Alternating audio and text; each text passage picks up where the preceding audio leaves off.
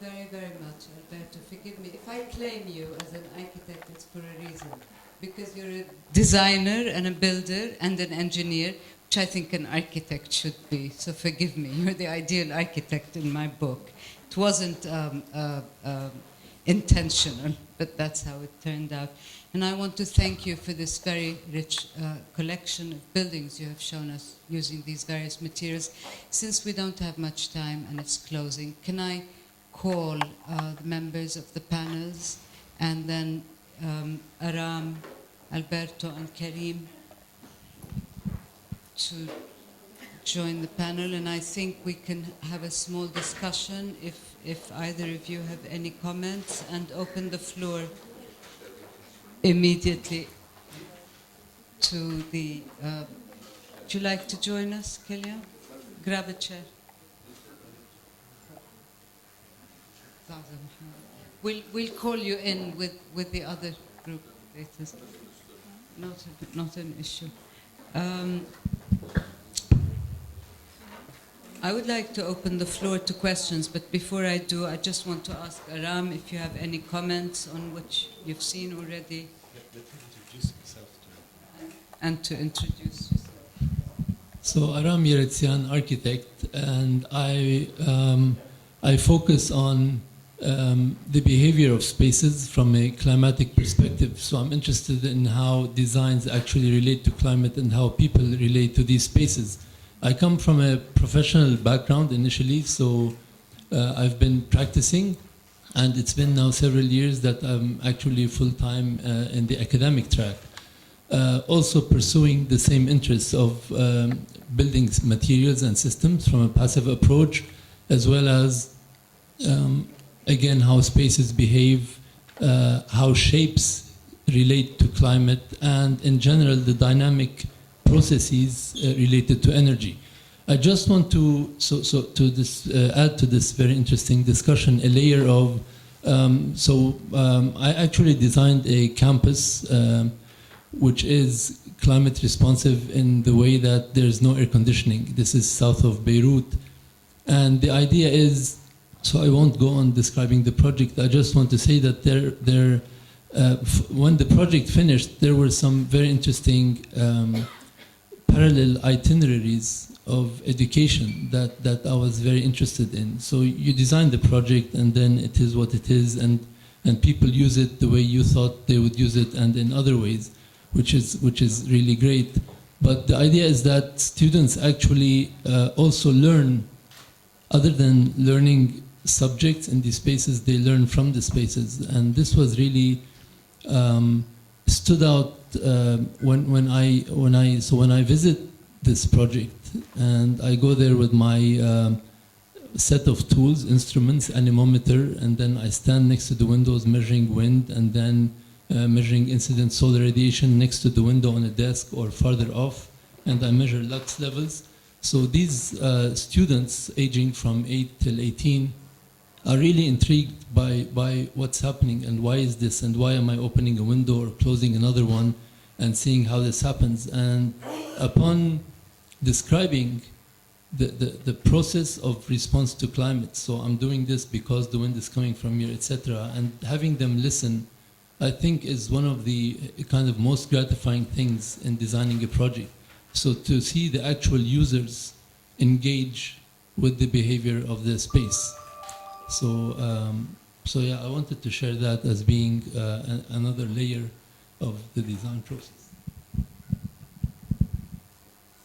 Thank you, Aram. I think we'll just go back to the main subject, which has been the hot subject of this session of sustainable design. And I just want to say one thing before I pass the floor. Moderators normally talk a lot, and I don't intend to this evening, because I think I made the basic points I wanted to in the beginning, and I really want to engage the students here before any of us. But I just want to say one thing which I found very interesting in when you started to show the brick making, is that I haven't introduced myself, but I presumed everybody knows who I am. If they don't, they can Google me, it's much easier.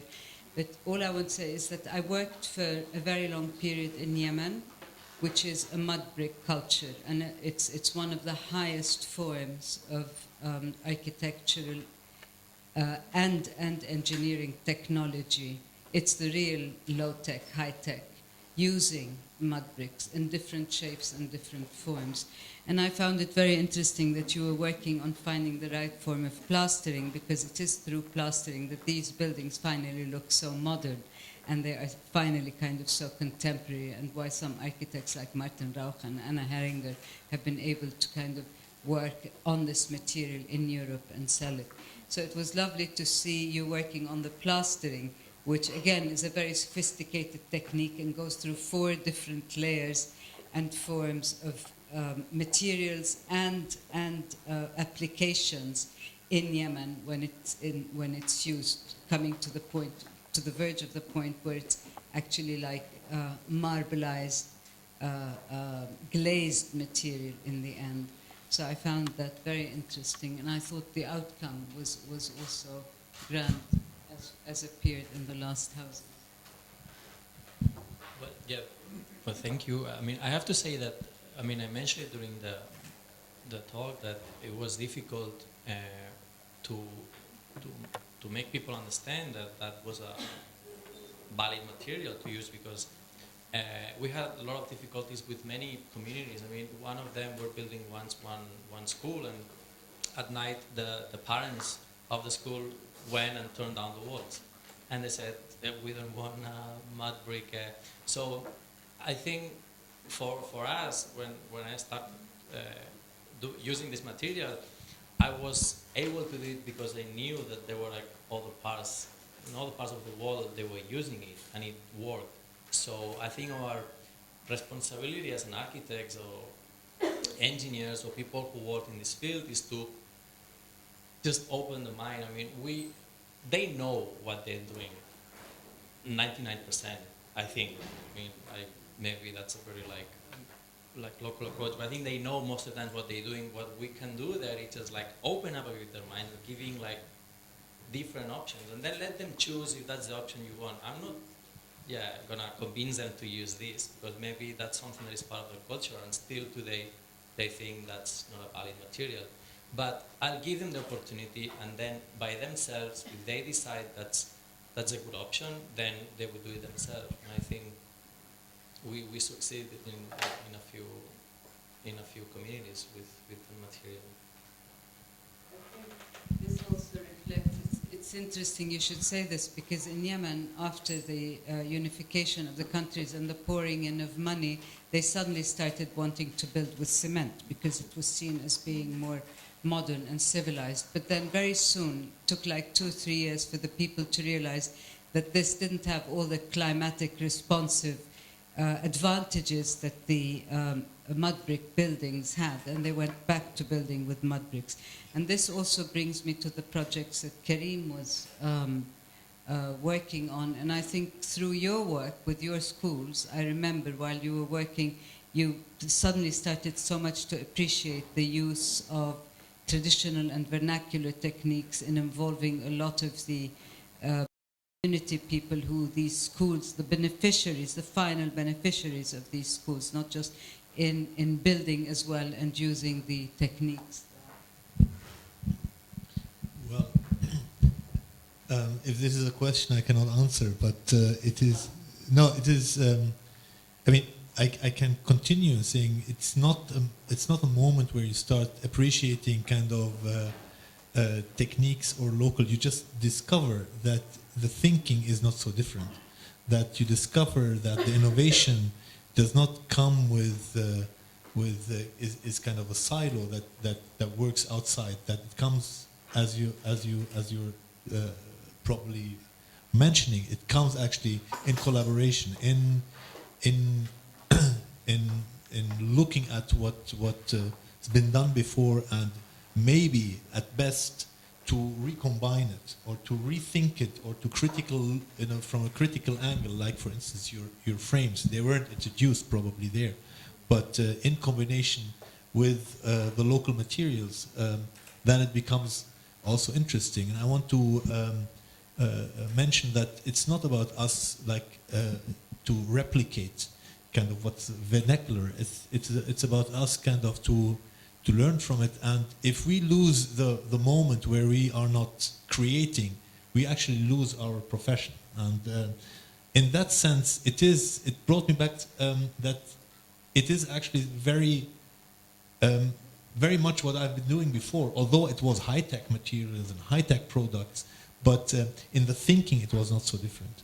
It was just a revelation that it's not different, that it's actually, you can work on a low-tech level with the same, let's say, with the same intensity and with the same kind of paradigms of architecture, which is, if you look at it from a Vitruvian way, which is stability, utility, and beauty.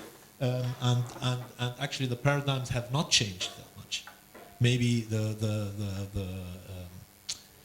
method, because you work in a different kind of environment. Okay, I'll open the floor, I think, to questions from. There we are. I thought we were going to be.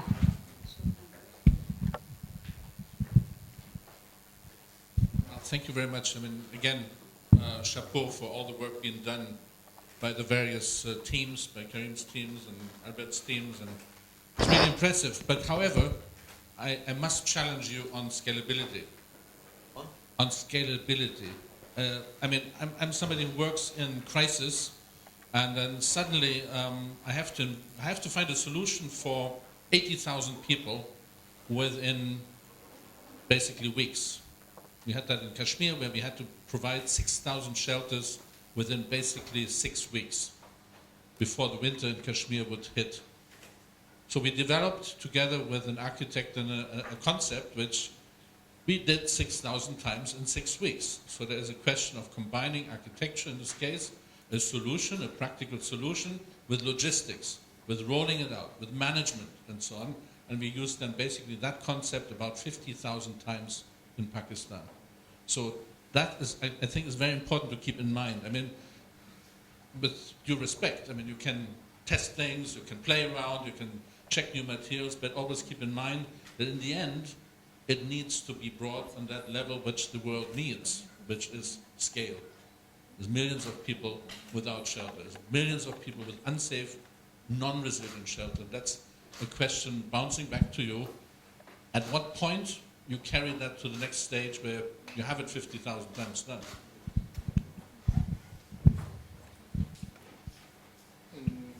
Yeah, I mean, what I would say is, like, I mean, I haven't worked in emergency situations. That's the thing. I mean, those camps. Does it work? Yeah. The camps where I was working, they've been there for 20 years, so I wouldn't consider that an emergency at all. So I think there are two different topics in a way, you know, like one is emergency situation where you have to provide, like, shelter for 80,000 people, maybe, I don't know, in a matter of weeks. And another one is like how you can use, I don't know, your knowledge to develop those communities in a different way, maybe. Not in an emergency situation, but I think it's like maybe different actors or different models that we were talking about. But I insist in the idea of using the architecture as a process to develop the community, which is a model that I think doesn't work maybe in an emergency situation, because in emergency you need to provide shelter. You cannot focus on anything else than just that. But in situations where maybe you know that those people there are going to be there for a few years, and I think that's something we discuss about how to understand that the camp could be like a city tomorrow.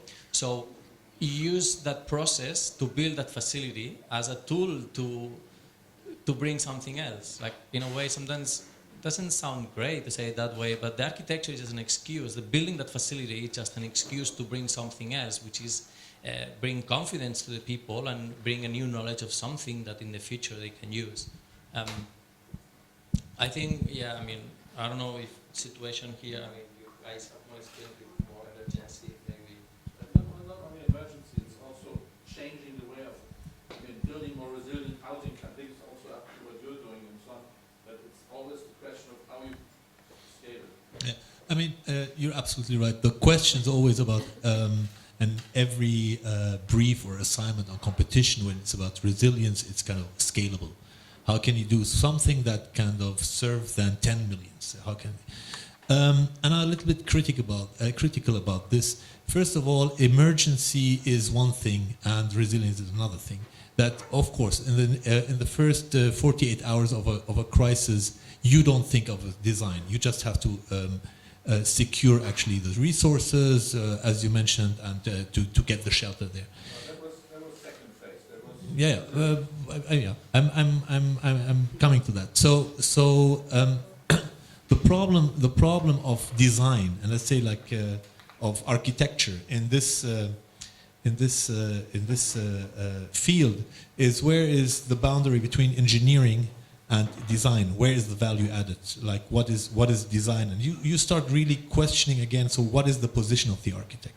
Is the architect an engineer that creates a machine that's kind of scalable, or does the architect has or could have a role to investigate and to educate, as for instance in a beautiful example of that, they start copying kind of an idea and starting, that's a much more sustainable way of scaling, that people get an idea and then start, this idea is like, it's like a seed that it's repeated.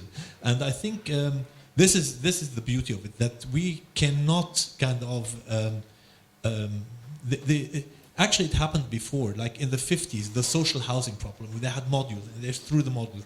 These concepts didn't work, and people kind of, on a long term, that we don't see kind of the social housing movement that prospered into beautiful kind of villages or compounds. We see it more in a negative sense when we look at the 70s examples.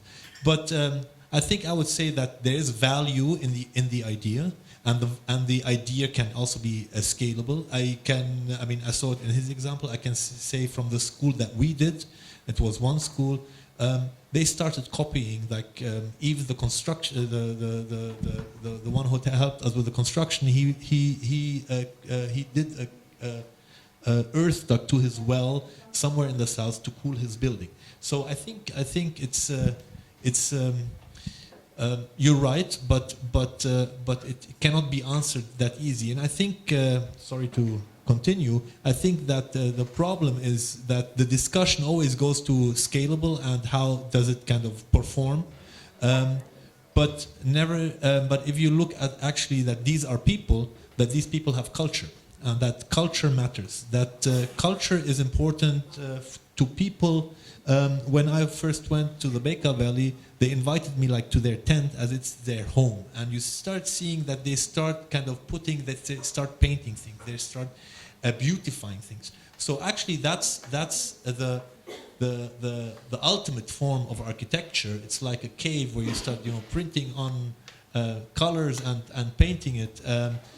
This is actually the starting point of architecture. So it is offering a service that's beyond engineering. That makes it architecture. Otherwise, it's just engineering. I'm not saying that's good or bad, but I think has to be something culture that's or related to culture that's beyond engineering. I think that's a very important question, but I also have to agree with Karim's idea and in fact of what we saw in Albert's work being taken over and used in different forms, which again you can see as a form of successful scalability in the short term.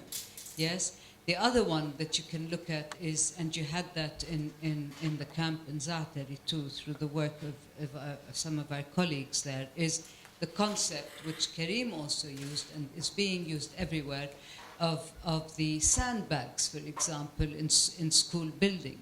This is a concept that started, as you are quite aware of, in San Francisco by an Iranian architect who used it, and then suddenly it kind of started springing out in areas so many years later. It's like 20 years later, maybe, if I'm not wrong, and then being used by different people in parallel situations, irrespective of any of them knowing each other. Sometimes it's the technology, sometimes it's the new ideas in engineering, or in kind of new ideas in the use of space. And if any of these kick in. And I believe, in terms of refugee building in this area and in the different views that are being taken and seen over these last 3 days in this conference, including, for example, the work that Melanie has been introducing in the barrios and the slum informal settlements. I think all of this adds to a very refreshing dimension, which is open to being used in scalability. At the end of the day, don't forget, this needs people like you with the bigger picture, who are in charge of the management and the coordination of working in a huge context like this, who then come and put all these ideas together. But that's a very important question. Aram, do you have a point to make?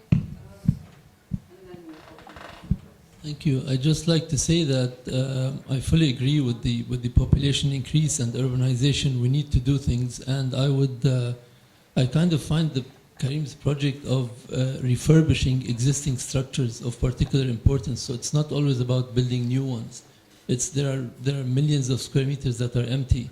So if we could renovate and refurbish and rework them so that they can accommodate, at the end of the day, space changes and should be flexible to allow for that. Thank you. Can we open the floor for other questions, especially? Yes, and for our students?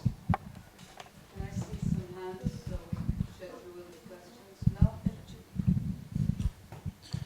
I will just also go in the same direction of the question of Kilian, but more or less getting the feedback from your side as a panelist about sustainability and the definition of sustainability in scaling up, and what we heard the first day from Kilian about learning from refugees, with the sentence, all of us are refugees, but also related with what we heard yesterday about the boot camps and the very fast specialists of the people. It means, can we just say sustainability is accessibility and sharing?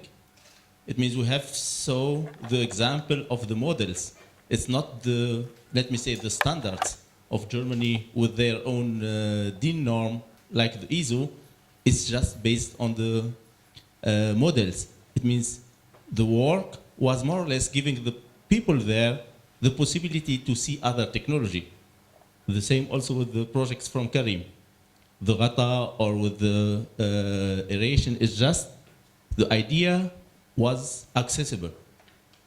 The same also the example of the sand bags. It means the idea was accessible. It means the idea was shared, was presented, was available. And this is maybe the point also with this sustainability, the definition of sustainability itself, not on the object. What's the question? What is the definition of sustainability based on the 3 days debates and different days? Discuss this later in the concluding remarks, because it's a point. I'd like to just open other questions. I took a note of your question, then we can have the panel answer them. Any students? We need questions from you. This was all directed to you.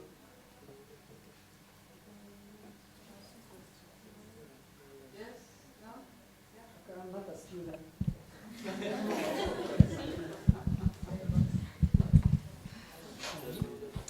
Okay, my question is addressed to Dr. Najjar.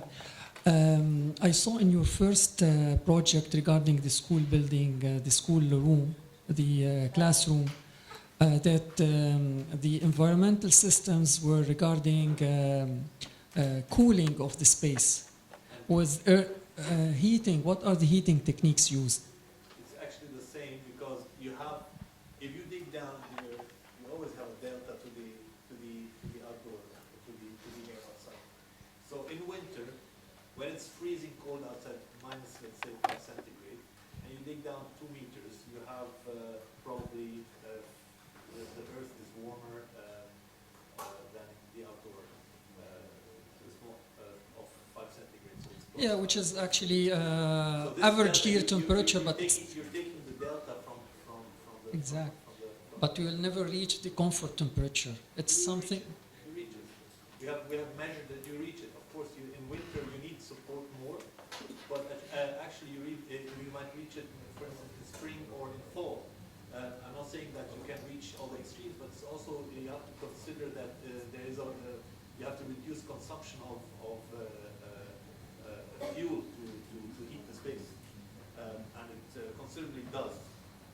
We did it with another project I haven't shown, and actually it worked because if you also consider that the occupants are also kind of heating up the space, then it almost reduces it to 70–80%. Thank you. You have a question. More or less, I knew it.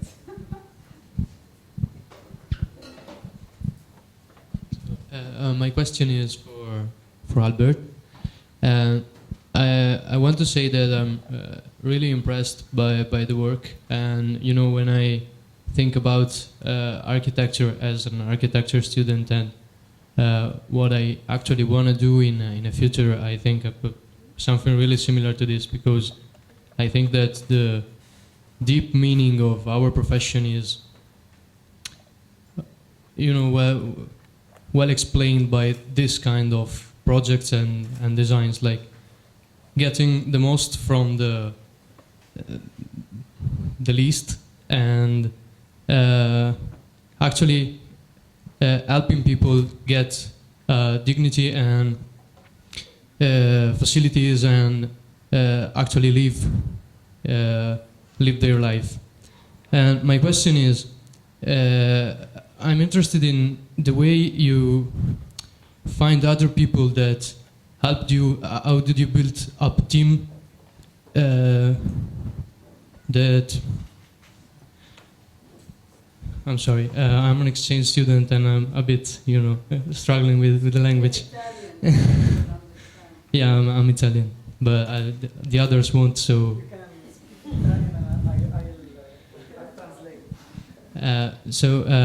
I'll try again. My question is, in your presentation you said I was once asked to design an hospital, and then it looked like, you know, all the other projects came by themselves, but I want to know more about the process and how all this work were supported by a team of other people that work with you.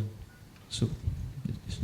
Well, it's difficult to kind of like explain how one project came to the other one. I think it's just a natural process that it just happened. I mean,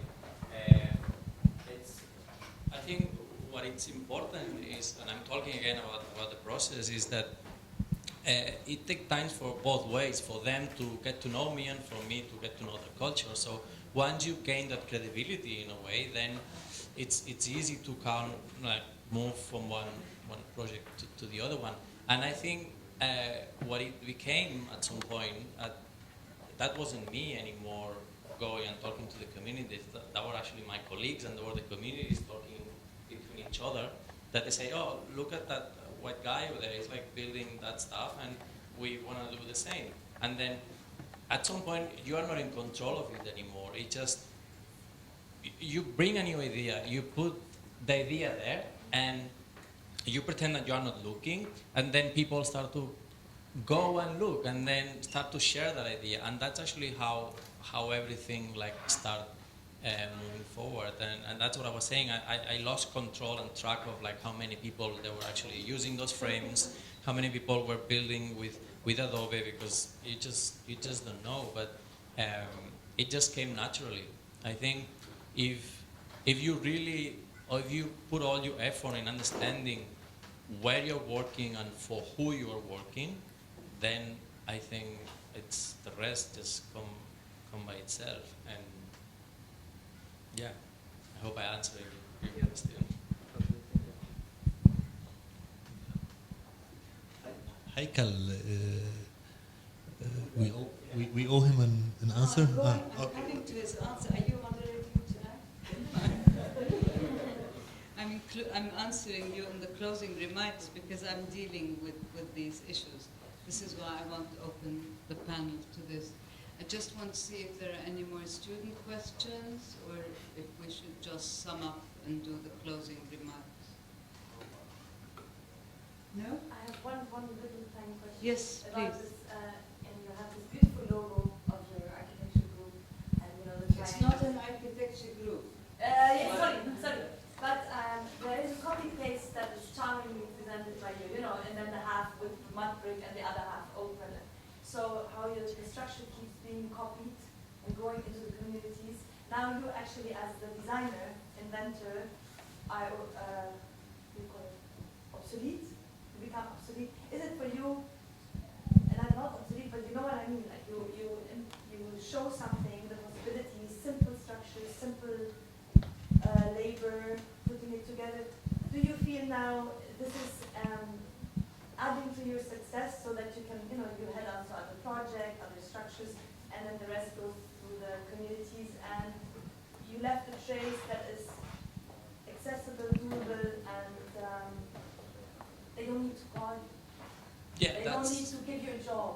But that's exactly So the is point. this for you personally? You find this adding to your success Yeah, because like you're absolutely. a giving person, and it makes all the sense.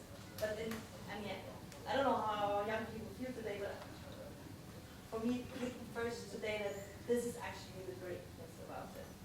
I think Like you yeah. start with your window, it needs people on site that stay for a few years, not just come for a crisis, which is great, and they're always needed. But now you can see like the Yeah, and I think that's absolute. I mean, that's exactly what it's all about. I mean, it's not about like the ego, the designer or the architect to be there and to keep. I mean, first of all, I do it because I enjoy it a lot. I mean, we see it in your face. I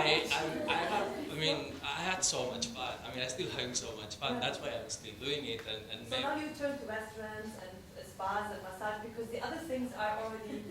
No, it's part of the same thing. I mean, it's still. I mean, we built.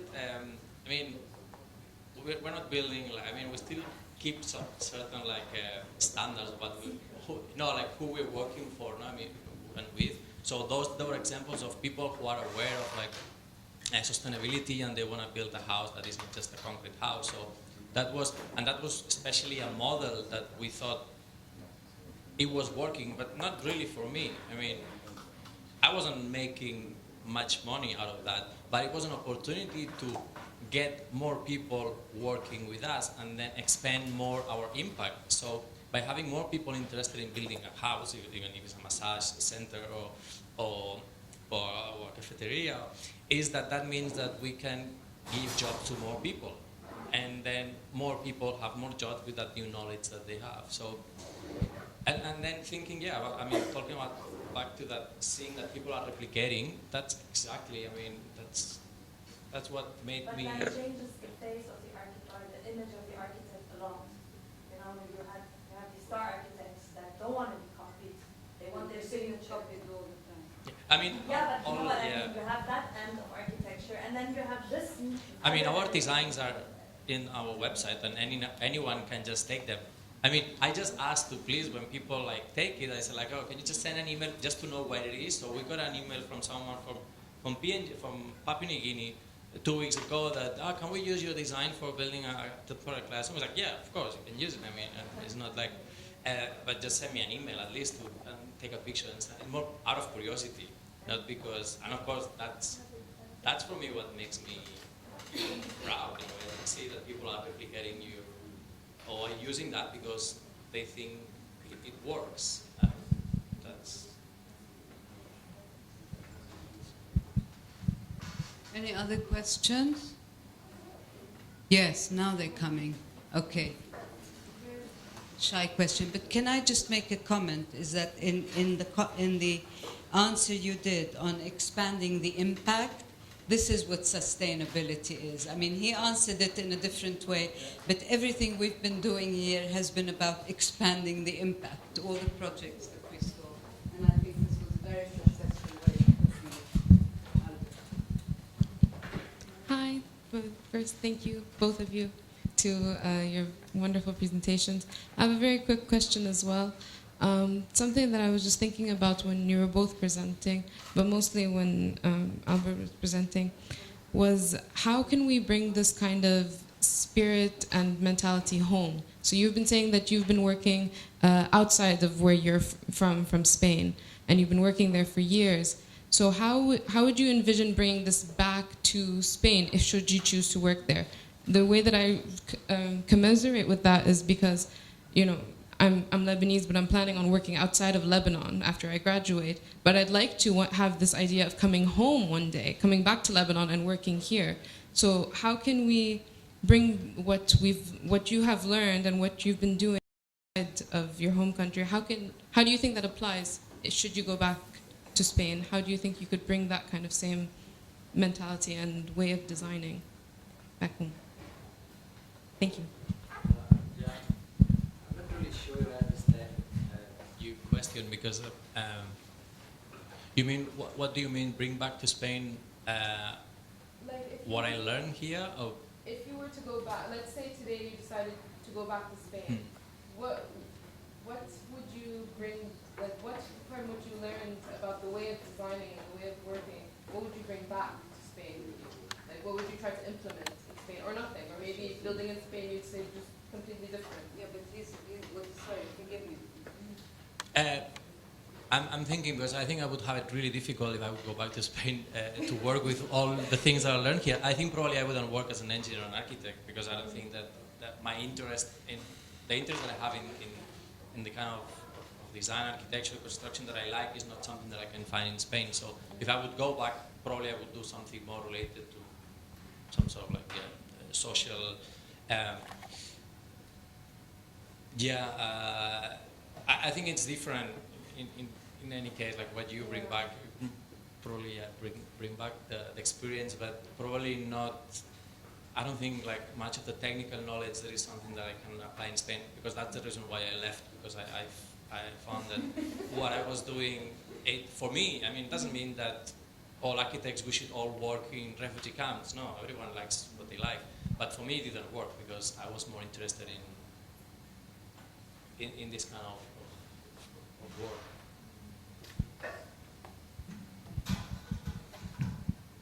I think we can call this the last question, and I will just very briefly do the closing remarks, if I may.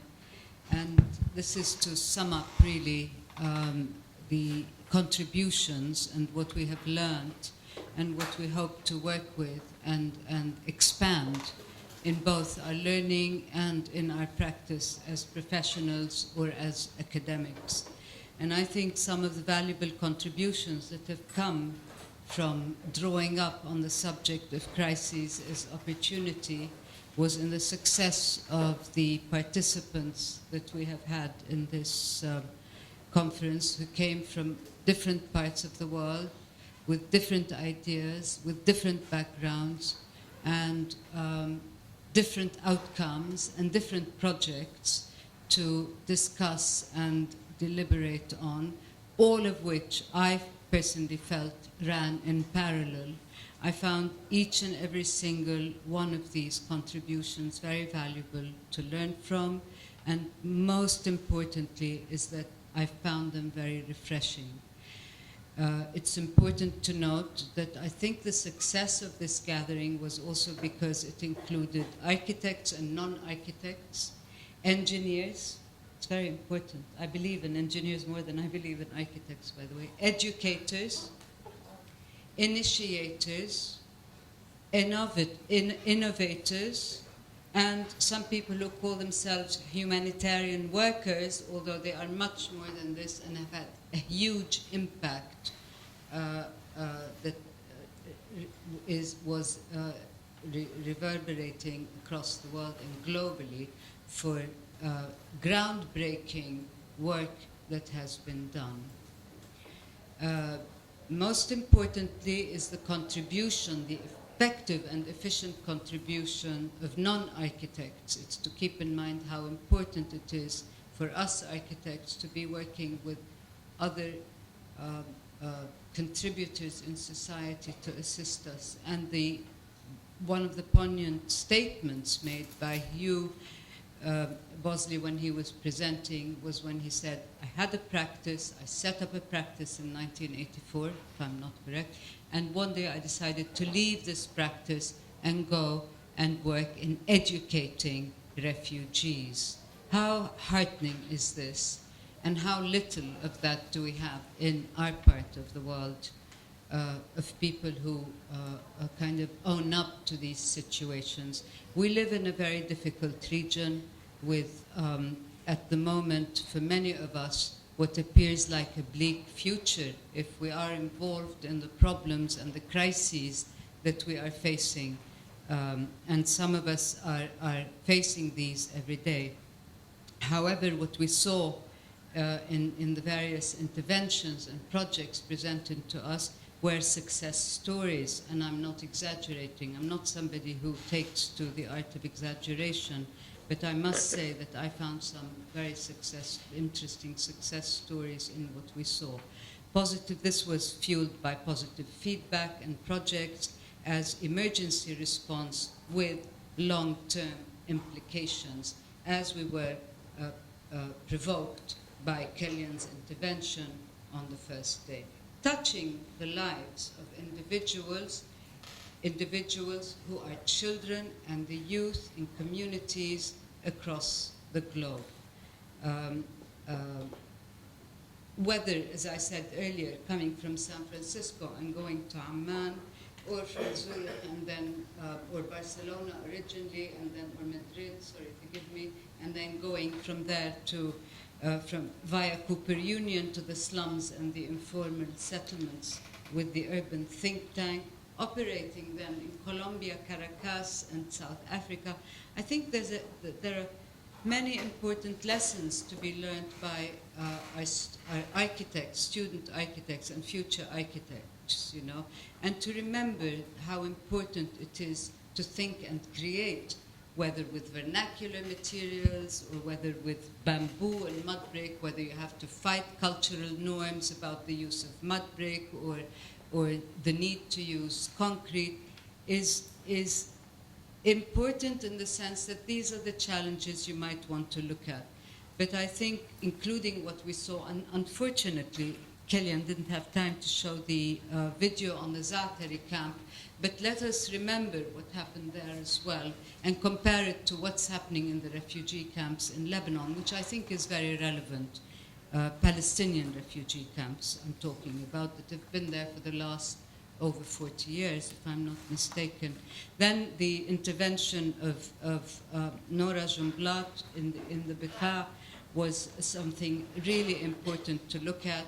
And I think this requires mobilization and support from architectural institutions, both academic and professional, to lead in this country, hopefully, to be able to work in other countries, because ultimately our students will be working in war-torn countries in the next decades. If the Gulf is closed, starting to close from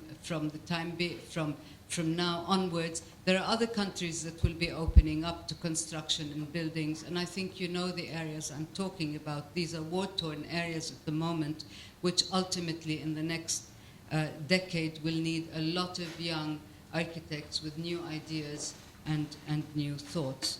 So, I don't need to remind you of what we saw today in Myanmar and in Thailand, nor of the work that Karim has done in the DI lab. All that would suffice is that sustainable in this case, which is the underlying word or the heading of this